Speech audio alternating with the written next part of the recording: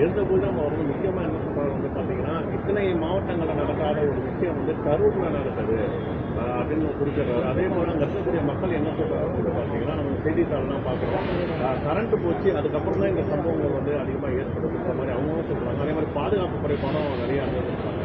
இதை நீங்கள் எப்படி பார்க்குறீங்க? இப்போ மற்ற மாவட்டங்களில் நடக்கலை அப்படின்னு சொன்னால், அந்த மாவட்டங்கள்லாம் என்ன ஆந்திராவில் இருக்கா, கர்நாடகாவில் இருக்கா, கேரளாவில் இருக்கா? அது தமிழ்நாட்டில் தானே அந்த மாவட்டங்கள் இருக்குது. அந்த மாவட்டங்களில் இவர் பேரணி நடத்தும்போது, பரப்புரை மேற்கொள்ளும்போது அதிமுக ஆட்சியில் இருந்ததா, திமுக ஆட்சியில் இருந்ததா? இந்த ஒப்பீடே தவறானது. மற்ற இடங்களில் பாதுகாப்பு தந்த அதே தமிழ்நாடு காவல்துறை தான் கரூரிலும் இருந்தது. மற்ற மாவட்டங்களில் பரப்புரை செய்கிற போது தமிழ்நாடு அரசு என்பது அவருக்கு ஒத்துழைத்தது என்றால், இங்கே ஒத்துழைக்க மறுத்தது யார்? வெறும் செந்தில் பாலாஜி அவர்களை மட்டுமே குற்றவாளி என்று சொல்ல விரும்புகிறாரா? அப்படி என்றால் அவர் என்ன வகையான குற்றத்தை செய்தார்? ஆட்களை ஏவினாரா? கல்லெறிந்தாரா? வன்முறையை தூண்டினாரா? அதனால் போலீஸ் லத்திச்சார்ஜ் நடந்து, துப்பாக்கிச்சூடு நடந்து உயிரிழப்பு ஏற்பட்டதா? இதுதான் வந்து அரசியல் நேர்மையற்ற ஒரு கருத்து.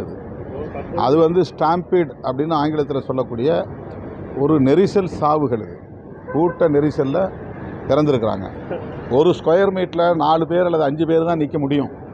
ஆனால் 10 பேர் 15 பேர் நிற்கிற அளவுக்கு கூட்டம் அந்த இடத்துல திரண்டு இருக்கிறாங்க. 10 மணி நேரம் காத்திருக்கிறாங்க. அதனால் ஏற்பட்ட ஒரு தற்காப்பு முயற்சி. நம்ம பிழைச்சா போதும் அப்படின்னு ஒவ்வொருத்தரும் அங்கேருந்து தப்பிக்க முயல்கிறார்கள்.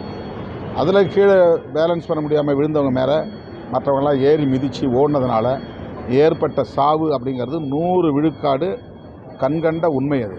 அதை போய் மறைச்சி அதில் வந்து ஒரு சதி இருக்குதுன்னு சொல்கிறதும், உள்நோக்கம் கற்பிப்பதும், திமுக அரசு மீது பழி போடுவதும், இது வந்து மிக மிக ஆபத்தான ஒரு அரசியல். அவருக்கே இது நல்லதல்ல.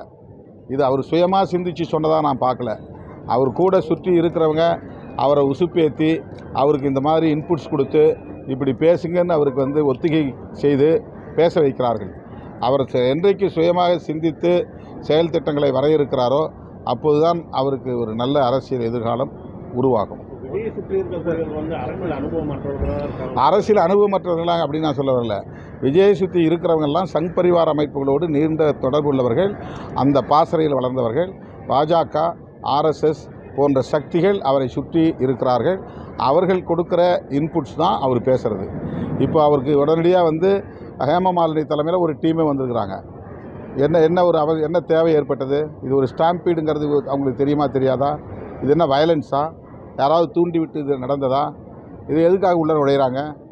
உடனடியாக அண்ணாமலை போய் பேசுகிறாரு. விஜய் மேலே தப்பு இல்லை, அரசாங்கத்து மேலே தான் தப்புங்கிறாரு. அது யார் இப்போ வந்து அப்படி யாராவது பொதுமக்கள் சொன்னாங்களா? இவராக இப்படி ஒரு ஒப்பீனியன் கிரியேட் பண்ணுறாங்க, ஒரு கருத்துருவாக்கம் செய்கிறாங்க. இந்த அரசியல் அவருக்கு எதிராக போய் முடியும். கடைசி கேள்வி சார். இப்போ முக்கியமான கேள்வி இப்போ தற்போது இந்த கூட்டங்களுக்குள்ள ஆம்புலன்ஸ் வரது வந்து மிகவும் ஒரு சர்ச்சையாகிட்டு இருக்கு. எடப்பாடியோட கூட்டமாக இருக்கட்டும், இப்போ நடிகை விஜயோட கூட்டம், இதெல்லாம் என்னங்க இது? ஆம்புலன்ஸ் அனுப்பி என்னங்க பண்ண முடியும்? ஆம்புலன்ஸ் எங்கள் கூட்டத்திலே பல முறை வந்திருக்கு. நாங்கள் நிறைய காட்டவா சான்ஸ்? இது எக்ஸாம்பிள் காட்டவா? எங்கள் கட்சி தொண்டர்கள்லாம் ஆம்புலன்ஸ் வந்தால் வழியை ஒதுக்கி கொடுத்து அதை ஆம்புலன்ஸுக்கு வழி அனுப்பியிருக்கிறாங்க. ஆம்புலன்ஸுக்கு வழி ஒதுக்கி கொடுத்துருக்குறாங்க. ஆம்புலன்ஸுங்கிறது வரதான் செய்யும். ஆள் இல்லாமல் வருதுன்னா ஆள் இல்லாமல் தான் போவோம். ஒரு இடத்துலேருந்து ஆள் இல்லாமல் போவோம்.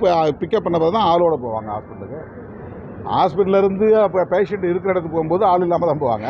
பேஷண்ட்டை பிக் பண்ண பிறகு ஆளோடு போவாங்க ஹாஸ்பிட்டலை நோக்கி. இது என்ன? இது ரொம்ப இந்த அரசியல் நாகரிகமான அரசியல் இல்லை. ஆம்புலன்ஸ் வரலைன்னா ஆம்புலன்ஸ் வரல அப்படிம்பாங்க. ஆனால் அவங்க பேசிகிட்டு இருக்கும்போதே அவருடைய பிஎஸ்ஓ என்ன சொல்கிறாருன்னா, மயக்கம் போட்டு விடுறாங்க, அந்த தயவுசெய்து ஆம்புலன்ஸ் வழி விட சொல்லுங்கள், அப்போ தான் அவங்க வந்து ஆம்புலன்ஸ் எடுத்துகிட்டு போவாங்கன்றாங்க. இது விஜய் பேசிக்கிட்டு இருக்கிற போதே அவங்க பேசுகிற ஆடியோ வெளியே வருது. அதுக்கு முன்னாடியே அங்கே ஆம்புலன்ஸ் இருந்ததுனால தான் கொஞ்சம் பேரை காப்பாற்ற முடிஞ்சுது. ட்ரெண்டை ஃப்ரெண்ட் ஆக்கிக்கோங்க. தந்தி டிவியின் சப்ஸ்கிரைபர்ஸ் அண்ட் ஃபாலோவர்ஸ் குடும்பத்தில் நீங்களும் இணையுங்க.